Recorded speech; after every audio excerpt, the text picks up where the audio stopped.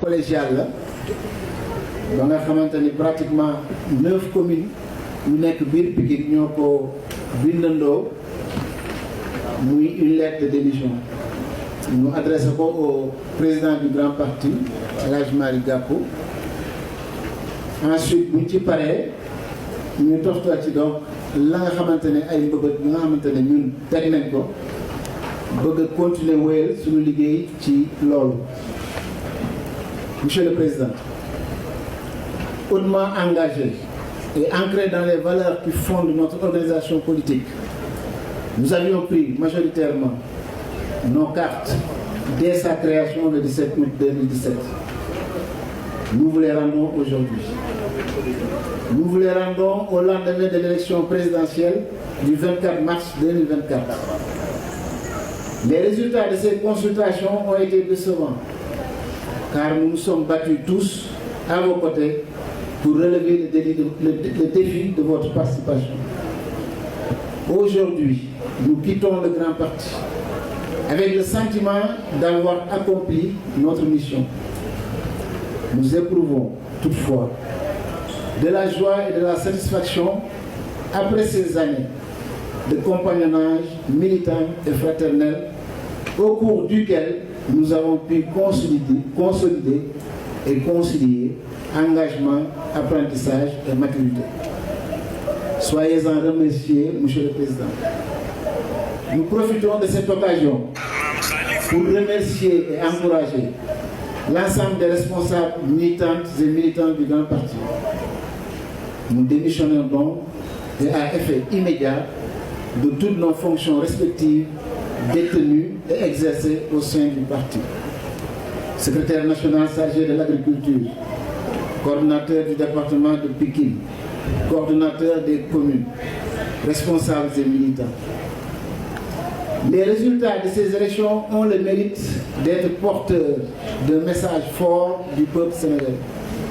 Ce dernier, à corps et à cri, a remis aux acteurs politiques et sociaux son cahier de doléances, résumé en ces mots: rupture systémique, changement sociétal et innovation sociale, capable de cristalliser ses espoirs de développement économique et social.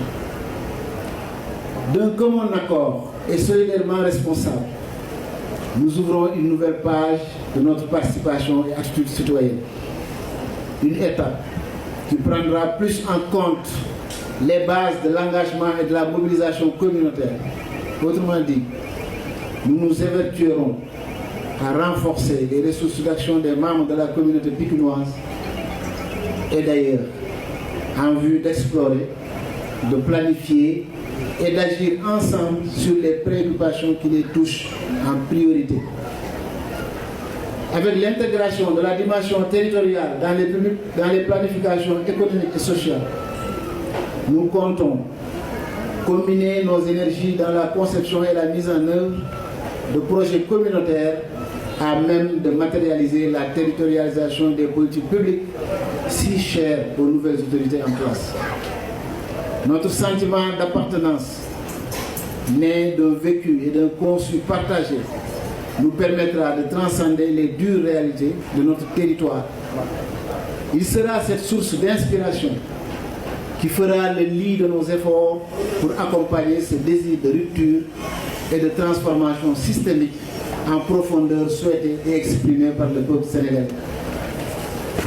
Fort de cela, nous lançons officiellement le mouvement And Jubanti, où les acteurs engagés des territoires.